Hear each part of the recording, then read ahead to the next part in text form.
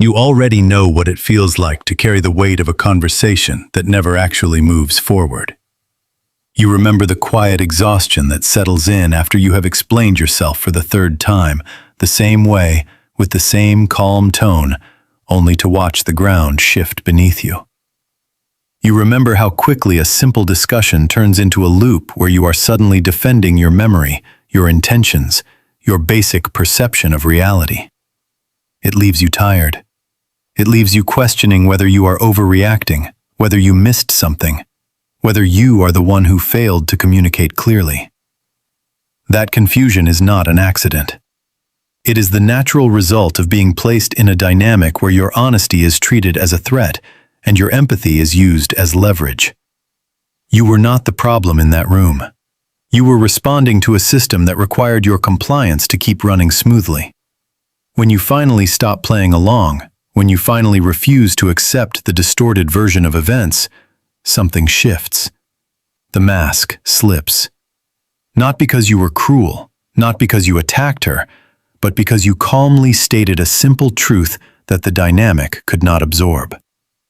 Understanding this does not mean you need to memorize scripts or learn how to win arguments. It means recognizing that certain types of communication disrupt the emotional balance that keeps manipulation in place. The phrase "you should never use if you value your peace" is not a secret line or a clever comeback. It is any calm, direct statement that removes your participation from the false narrative. It sounds like saying, "I do not agree with that," or "I will not take responsibility for your reaction," or "That is not how I see it," or "I need space to think about this." Those are ordinary sentences. They are reasonable, respectful, and grounded in personal boundaries.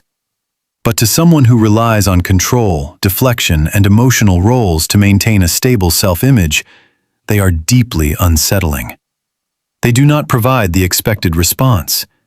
They do not offer guilt, apology, confusion, or over-explanation. They simply state a fact and hold a line. That quiet refusal to absorb blame or chase validation is what triggers the mask to slip. The mask slips because it was never designed to withstand direct, unemotional clarity. It was built to thrive in ambiguity, in circular arguments, in emotional escalation where the other person becomes so drained they will do anything to restore peace. When you stop feeding that cycle, the structure collapses, and what remains is raw defensiveness. Let us look at how this works in practice, starting with the way conversations are set up. In these dynamics, communication is rarely about exchanging information or solving a problem. It is about managing perception. The pattern usually begins with a subtle shift in tone, a slight accusation disguised as concern, or a rewritten version of a past event that places you in the role of the one who failed, misunderstood, or overreacted. The goal is not to understand you. The goal is to place you in a defensive position. Once you are defending, you are no longer evaluating the situation objectively. You are trying to prove your goodness, your loyalty, your sanity. That is exactly where the control lives. You are no longer responding to the present moment. You are responding to a manufactured crisis that requires your emotional labor to resolve. The psychology behind this is straightforward. When someone cannot tolerate internal discomfort, shame, or the possibility of being seen as flawed, they project that discomfort outward. They create a scenario where you become the container for their unease. If you accept that container, the system stabilizes. If you step out of it, the system destabilizes. That destabilization is what you experience as sudden coldness, sharp criticism, dramatic tears, or complete dismissal. None of those reactions are about your words. They are about the loss of emotional control. When you finally say the thing that refuses to participate, the immediate response is rarely rational. You might notice a sudden shift in energy. She may become hyper-focused on proving you wrong. She may switch topics to bring up past mistakes, exaggerating them to regain the upper hand. She may withdraw entirely, using silence as a tool to make you question your stance and come back with an apology. She may even turn the conversation toward your tone, your timing, or your choice of words, ignoring the actual content of what you said. This is not a sign that you communicated poorly. It is a sign that the manipulation script has been interrupted. The mind that relies on external validation to regulate itself does not know how to process calm detachment. It interprets boundary setting as rejection. It interprets clarity as hostility. That is why the mask slips so quickly. The mask is not a conscious costume. It is a survival structure built from years of avoiding accountability, managing perception, and keeping emotional distance while appearing deeply connected. When that structure is challenged, the defense mechanisms activate automatically. You are not causing the reaction. You are simply removing the compliance that kept it dormant. This pattern affects you in ways that are often invisible until you step back. You start carrying the emotional residue of conversations that were never really about you. You replay interactions in your head, searching for the exact moment it went wrong, wondering what you could have said differently to avoid the fallout. You begin editing yourself before you speak, filtering your thoughts, softening your boundaries, and accepting versions of reality that do not align with your experience. Over time, that self-editing becomes a habit. You lose touch with your own internal compass because you have been trained to prioritize someone else's emotional comfort over your own clarity. That is not empathy. That is emotional erosion. The cost is high. You feel tired, isolated, and unsure of your own judgment. You may even start believing that your need for consistency, honesty, and mutual respect is somehow unreasonable. It is not unreasonable. It is the baseline for healthy connection. What feels unreasonable is the contrast between what you are asking for and what you have been conditioned to accept. Recognizing that contrast is the first step toward regaining your footing. You do not need to say the wrong thing to trigger this response. You only need to stop saying the right things that keep the dynamic alive. The right things, in this context, are the phrases that absorb blame, chase resolution, over-explain, or promise to do better when you have done nothing wrong. The wrong things, from the perspective of the dynamic, are the phrases that simply state where you stand. I understand you see it differently, but that is not my experience. I will not continue this conversation if it becomes disrespectful. I need to step back and think about this before I respond. These statements are neutral. They do not attack. They do not escalate. They do not demand anything from the other person. They only declare what you will and will not participate in. That is why they are so disruptive to the pattern. The pattern requires your emotional availability. It requires your willingness to adjust your reality to match hers. When you stop adjusting, the pattern loses its fuel. The reaction you witness is not a reflection of your failure. It is a reflection of the system collapsing under the weight of its own inconsistency. Understanding this shifts your perspective in a quiet but powerful way. You stop viewing the sudden hostility or the dramatic withdrawal as proof that you pushed too hard. You start recognizing it as proof that you finally stood still. You realize that the exhaustion you have been carrying was never the result of poor communication. It was the result of trying to communicate with someone who was not actually listening, but rather scanning for openings to redirect, deflect, or reframe. Once you see that clearly, the need to explain yourself begins to fade. You no longer feel compelled to prove your intentions. You no longer feel responsible for managing her emotional response to your boundaries. You begin to separate your truth from her reaction. That separation is where clarity lives. It is also where your peace begins to return. Awareness grows slowly, but it compounds. You start noticing the timing of the conversations that leave you drained. You recognize the subtle cues that signal a shift from discussion to performance. You learn to identify the moment your body tightens, your breath shortens, and your mind starts racing to find the perfect words that will finally make it make sense. You realize that moment is not a call to speak more carefully. It is a call to step back. You do not need to find the right words. You need to recognize that no arrangement of words will fix a dynamic that does not want to be fixed. The goal is not to win her understanding. The goal is to protect your own. That means pausing before you engage. It means choosing distance over debate. It means accepting that some conversations will never reach mutual ground, and that is not a reflection of your inadequacy. It is a reflection of incompatible foundations.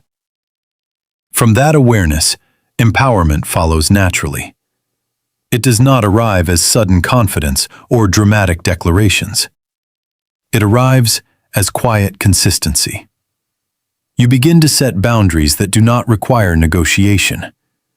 You state them calmly, you hold them steadily, and you accept the reactions without absorbing them. You learn that boundaries are not walls built to punish someone else. They are lines drawn to protect your own stability. You stop trying to control how she interprets your words. You focus only on what you are willing to tolerate and what you are not. That focus shifts your energy away from managing her perception and back toward honoring your own experience. You stop apologizing for needing clarity. You stop shrinking your truth to fit a narrative that was never meant to include it. You start treating your own well-being as non-negotiable. That is not selfish. That is necessary. Calm detachment becomes your anchor. Detachment does not mean coldness. It does not mean cruelty. It means stepping out of the emotional entanglement that keeps you trapped in circular patterns. It means observing without absorbing. It means listening without taking responsibility for fixing what is not yours to carry. You begin to recognize that her reaction to your boundaries is her own internal process, not a measure of your worth. You stop reading her silence as punishment and start reading it as information.